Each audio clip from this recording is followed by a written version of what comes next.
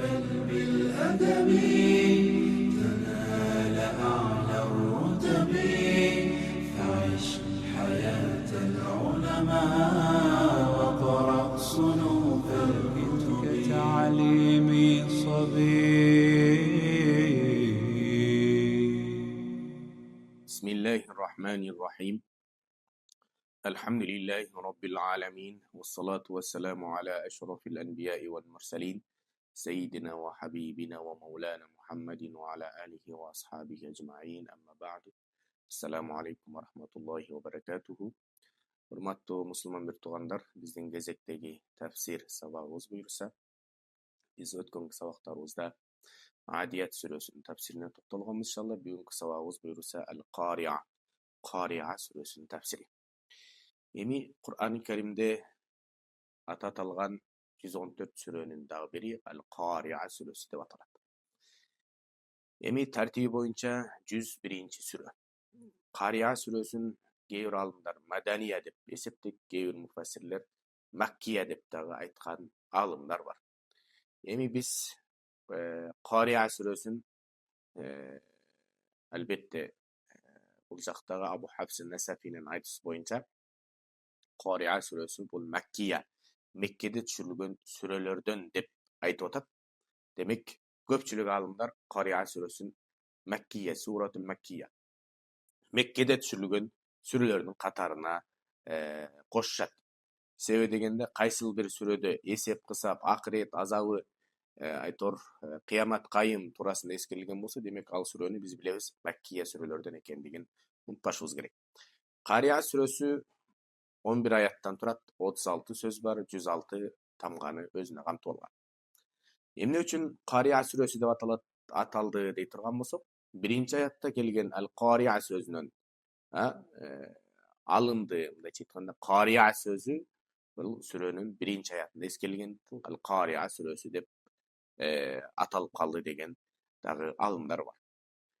Эми Qari'a сөзү оор, ысык дегенди билдирет.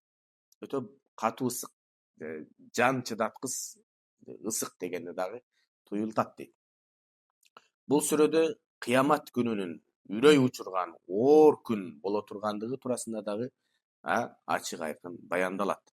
Жана бул дүйнөдө кылынган кандай гана күнөө амалдардын натыйжасын көрө тургандыгын Алла Субханаху ва Таала ушул Qari'a сүрөсүндө ачык айкын баяндап кетет. Эми бул Qari'a сүрөсүнүн фазилети туурасында токтолуп алсак, Убай ибн Кааб радияллаху анху риваят кылган хадисте кимде-ким Qari'a сүрөсүн окуп жүрсө, Аллах Таала кыямат күнү ал адамдын таразасын оор кылып коет дейт. Мындайча айтканда, таразаны жакшылыктар жана сооп сыйлыктар менен толтуруп коет деп атат. Мындайча айтканда, оор кылып коет дегенде, таразасын жакшы амалдар менен оор кылып коет. Эми биринчи аяттын тафсирине токтоло турган болсок, ба'да а'удhu billahi minash shaytonir rajim. Al-Qari'atu mal-Qari'a. Al-Qari'a биринчи аяттын тафсири. Аллах Таала Qari'a сүрөсүн жүрөк титиреткен чоң кырсык деп баштады. Ал чоң кырсык кыямат күнү. Кыямат башталганда эшик каккылагандай катуу үндөрү болот. Ал үн ушундай бир үн, уккан кулак, сезген жүрөк дагы чыдабайт дейт. Негизи эле азыркы учурда биз жашообузда канчалык бир деңгээлде катуу үн кулагыбызга угула турган болсо, билинбеген абалда, өзүбүз сезбеген абалда канчалык бир деңгээлде адам кыйналат. Канчалык бир деңгээлде бир азаптын бир бөлүгүн сезет. Ошол сыяктуу деле акыретте адам баласына ушундай бир катуу үн менен Аллах Субханаху ва Таала адам баласын азаптайт экен. Андан кийинки экинчи аяттын тафсири Мал-Qari'a.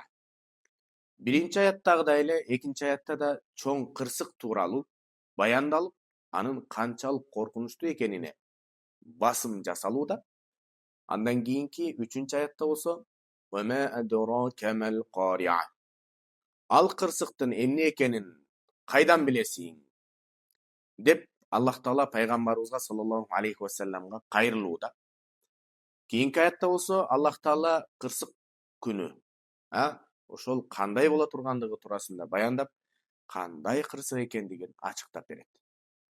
4-аятта Yawma yakunu an-nasu kal-farashil mabthus. Мына ошол күнү кандай болот? Кандай кырсык болот десе, ал күнү адамдар жайнаган көпөлөктөрдөй чачырайт. Al-mabthus дегенде бул жерде чачыраган, бөлүнүп кеткен деген дагы маанини билдирет. Фаррах деген алымдын айтуусу боюнча Маанил Кур'ан китебинин 3-томунун 286 бетинде ушундай дейт: Мабсус, кыямат күнү адамдар чегиртке сыяктуу бири-биринин үстүнө конуп, чегирткенин тобундай үймөлөктөп, ушундай чогулуп калышат. Мында адамдарды чегирткеге окшотуудагы максат чегирткелер биринин үстүнө бири чыгып, айтор үстүндө турган чегиртке астындагы чегирткеден граммдай бейкапар болуп, аны ойлобой калат. Үймөлөктөп, бири-бирин сезбей ушундай бир абалга келишет. Чегирткелер үйүлгөн сайын астындагы чегирткеден мындай бейкапар болот. Эми ушул көрүнүш, айтор ушул коркунуч адамдардын дагы ушундай бир бири-биринин үстүнө бири үйүлүп, астындагы адамдар туурасында бир дагы мындай бейкапар бойдон кала тургандыгын Аллах субханаху ва тааля кыямат күнү ушундай абал боло тургандыгын эскертип атат. Эми чегирткелер сыяктуу ушундай бир чогулушуп, ушундай бир жыйналып калышат деген бир сыр жатат. Эми андан кийинки 4-аят, 5-аятта болсо ватакунул жибалу кал-айнил манфуш. Эми ошол күнү тоолор дагы сабалган жүндөй эле самсалашат. Ал күнү жыгылбас көрүнгөн тоолор дагы ордунда турбай, ушундай бир сапырылган бир топурак сыяктуу ордуларынан жылып, ушундай бир сабалган жүн көпөлөктөй болуп, жеңил эле ушундай бир учуп жөнөшөт. Эми кыямат күнү тоолордун абалы кудум ушундай болуп, шамалга учкан жүндөй көкөлөп учат дейт. Заңгыраган асман тиреген тоо таштын сабалган жүндөй учуп калуусу, томкорлуусу азап күнүнүн коркунучтарынан бир коркунучу деп бул жакта Аллах субханаху ва тааля баяндап атат. Эми буга чейинки аяттарда кыямат кайымдын кандай таризде болору сүрөттөлдү. Азап күнүндөгү айрым жагдайлар жана абалдар чагылдырылды. Эми 6-аяттан кийинки аяттарда кыяматтын экинчи бөлүгү баяндалат. Айтор тагыраагы адамдар кайра тирилгенден кийинки учур туурасында баяндайт. Андан кийинки 6-аяттын тафсиринде болсо фа-амма ман сакулат мавазину деп, кимдин таразасы оорураак, салмактуу боло турган болсо, мындайча айтканда сообу көбүрөөк боло турган болсо, бул жерде сооптуу амалдар көбүрөөк боло турган болсо, мына ошол адамдын кандай абалда боло тургандыгы. Мизан дегенде бул тараза. Салмактуу, мындайча айтканда сообу көбүрөөк, жакшылык иштер көбүрөөк, Аллах Тааланы ыраазы кылган амалдарды, ибадаттарды жана туура жолдо жүрүүсү менен байланыштуу болуп атат бул жерде. Эми кимдин сообу көбүрөөк болсо деп туруп, кийинки 7-аятта фахуа фи айшатир радия. Анда ал көңүлгө жаккан жыргал жашоодо болот. Мындайча айтканда бейиштик болот. Мындайча айтканда бул аят 7-аят 6-аяттын уландысы катары келип, таразасы салмактуу кишинин акырети жыргал болоору баяндалууда. Себеби дегенде, дүйнөдө жашоосунда Аллах Тааланы ыраазы кылып, анын сызган сызыгынан чыккан жок. Аллах Таала да ал инсандан кыяматта ыраазы болуп, аны дагы ыраазы кылат деген сыр жатат. Андан кийинки 8 жана 9-аяттарда болсо ва амма ман хаффат мавазину فأمه هاوية. Ал эми кимдин таразасы жеңил болсо, анын барар жайы түз эле тозок болот деп жатат. Хавия тозоктун дагы бир аттарынын бири. Хавия деген тозок бар. Тозоктун да бир канча аттары бар. Ошолордун ичинен жахим, жаханнам, нар деп келет. Ошолордун ичи да хавия тозогу бар. Эми уммуху дегенден максат эне. Эне баласын бооруна кысып кучактагандай эле тозоктагы таразасы жеңил адамды кыса кучактап алып кирип кетет деген бир сыр бар дейт. Дүйнө жашоосунда башкага мээрим төкпөгөн адамды хавия тозогу да аяп отурбайт дейт. Каары менен алолонгон отко тартып кирип, каары менен азаптайт дейт. Бул дүйнөдө ырайым кылбаган акыретте ырайым көрбөйт деген бир сыр жатат.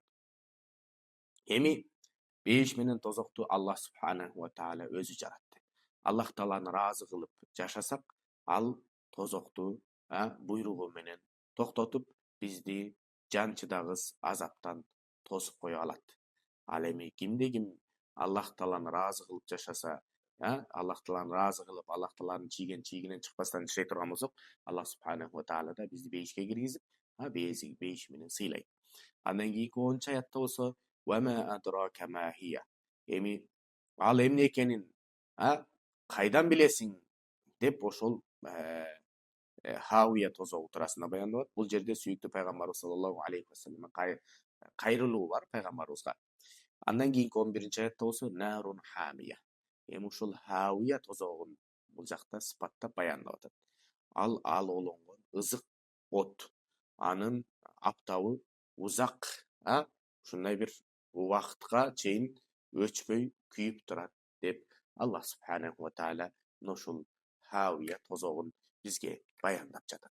Эми бул Кария сүрөсүндө Аллах субханаху ва таала бизге эскертүү кылып атат, мындайча айтканда эскертип жатат. Айтор инсаният, силер кандай гана жакшылык кылбагыла, кандай гана жамандык кылбагыла, мына ошонун сөз түрдө үзүрүн көрөсүңөр, жакшылык кыла турган болсоңор, таразаңар оор болот, жамандык кыла турган болсоңор, таразаңар жеңил болуп, тозоктук болуп каласыңар деген бир эскертүү болуп жатат, урматтуу жамаат. Аллах субханаху ва таала баарыбыздын акыретте таразабызды оор кылып, баарыбыздын амал дептерибизди өзүбүздүн оң колубуз менен алышты насип эткен болсун. Ва ахиру дa'wana anil hamdulillahi rabbil alamin.